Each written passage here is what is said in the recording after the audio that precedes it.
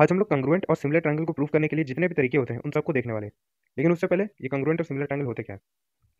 देखो, कोई भी ट्रायंगल हो, अगर उसका ये तीनों साइड ये और तीनों एंगल बराबर हो तो वो दोनों कंग्रुएंट ट्रायंगल होते हैं। पोजीशन भले ही एक की यहाँ हो एक की यहाँ हो, लेकिन तीनों साइड और तीनों एंगल बराबर है तो मतलब वो एक कंग्रुएंट ट्रायंगल है। सिमिलर ट्रायंगल में साइड का कोई लफड़ा नहीं होता है, इसमें बस एंगल बराबर होना चाहिए। मतलब एंगल अगर बराबर है, एक ट्रायंगल थोड़ा छोटा है एक ट्रायंगल थोड़ा बड़ा है, तो भी ये दोनों सिमिलर ट्रायंगल हम लोग कह सकते हैं।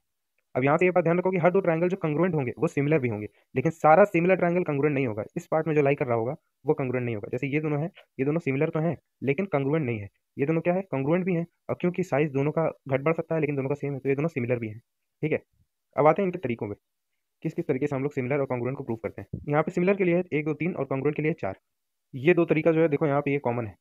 मतलब अगर हम इसको कॉन्ग्रुएंट प्रूव कर देते हैं तो सिमिलर ऑटोमेटिक हो जाता है, लेकिन ये एक तरीका ऐसा है बस एंगल एंगल वाला जिसमें सिर्फ सिमिलर ही होता है, ये कॉन्ग्रुएंट नहीं होता। तो पहले इसको ही देख लेते हैं। अगर हम ये दो ट्राइंगल के एक इस एंगल को और एक इस एंगल को बराबर रख देते हैं तो ये दोनों सिमिलर हो जाते हैं। मतलब हमें और कुछ प्रूव करने की जरूरत नहीं है, इन दोनों में ये दोनों सिमिलर हो जाएंगे। चलो देखते हैं कैसे। अब ये दोनों क्योंकि ये और ये सिमिलर है, इसका मतलब इसका ये एंगल जो है ये बराबर है।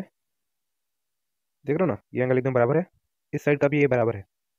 अब क्योंकि ये और ये एंगल बराबर है और ट्रायंगल में तीनों इंटरनल एंगल का सम 180 डिग्री होता है। अब ट्रायंगल का ये दोनों एंगल फिक्स है और ट्रायंगल के तीनों एंगल का सम जो होता है वो 180 डिग्री होता है। तो ये दोनों को ऐड करके 180 से माइनस कर दोगे तो इसकी वैल्यू तुम्हें मिल जाएगी। और सेम यही चीज इसमें भी, ये जो है ये इसके बराबर है और ये वाला एंगल इसके बराबर है, तो 180 माइनस ये दोनों का सम यहाँ भी आ जाएगा। मतलब ये एंगल और ये एंगल भी बराबर ही हो जाएगा। अगर मैं इस एंगल को थोड़ा सा भी चेंज करना चाहूँ तो देखना ये दोनों एंगल भी चेंज हो जाएगा। ये ले लिया मैंने, हल्का सा इसको चेंज किया तो देखो कैसे ये वाला एंगल और ये वाला एंगल भी चेंज हो गया। मतलब अगर ये दोनों एंगल फिक्स है तो ये भी फिक्स होगा, ये ऊपर का जो है ये भी फिक्स होगा।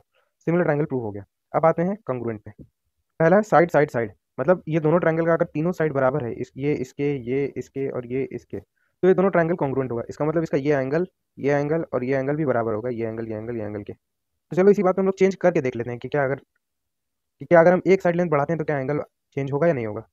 तो जैसे ही तुम देखोगे मैं इस साइड लेंथ को बढ़ाने की कोशिश करूंगा तो देखो कैसे ये दोनों एंगल चेंज हो गया।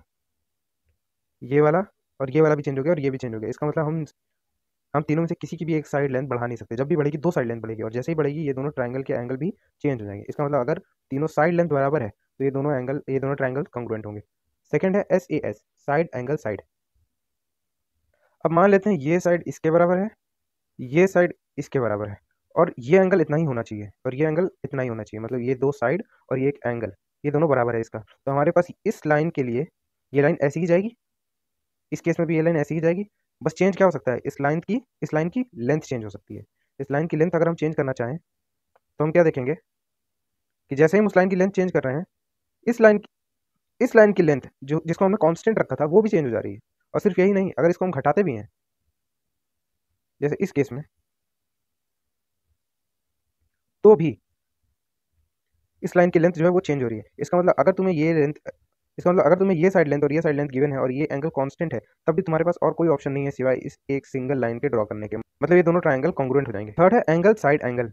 अब मान लेते हैं हम लोग कि ये एंगल मतलब ये इसके बराबर है और ये एंगल इसके बराबर है और ये साइड जो है ये साइड बराबर है, ठीक है, एक दूसरे के। तो हमारे पास अब क्योंकि ये एंगल इतना ही होना चाहिए, ये एंगल भी इतना ही होना चाहिए, तो हमारे पास सिर्फ एक ही ऑप्शन बचता है कि हम इस साइड की साइड लेंथ बढ़ाएं और इस साइड की भी साइड लेंथ बढ़ाएं। चलो ऐसा करके देखते हैं कि होता क्या है। जैसे ही हम बचे ये दोनों साइड लेंथ को बढ़ाने की कोशिश करते हैं, हम देखते हैं कि ये एंगल भी चेंज हो गया। देखो ये एंगल और ये एंगल हमने कांस्टेंट रखा था, लेकिन बढ़ाने से क्या हुआ कि ये एंगल भी चेंज हो गया। इसका मतलब हमारे पास कोई चारा नहीं है, हमें इसको इतने पे ही रखना पड़ेगा। और अगर ऐसा दो ट्रायंगल के केस में है, इसके भी केस में और इसके केस में है, मतलब ये दोनों कॉन्ग्रुएंट हो जाएंगे। तो ये भी प्रूव हो गया। अब आते हैं फोर्थ पे, एंगल एंगल साइड। अब यहाँ पे एंगल एंगल यहाँ था, यहाँ एंगल एंगल इधर आ गया है। यहाँ भी इस केस में ये दोनों ट्रायंगल जो है वो कॉन्ग्रुएंट हो जाएंगे। तो यही था आज के लेक्चर में, कॉन्ग्रुएंसी प्रूव करना और बताना तुमको कि कैसे ये सारे ट्रायंगल्स बराबर होते हैं।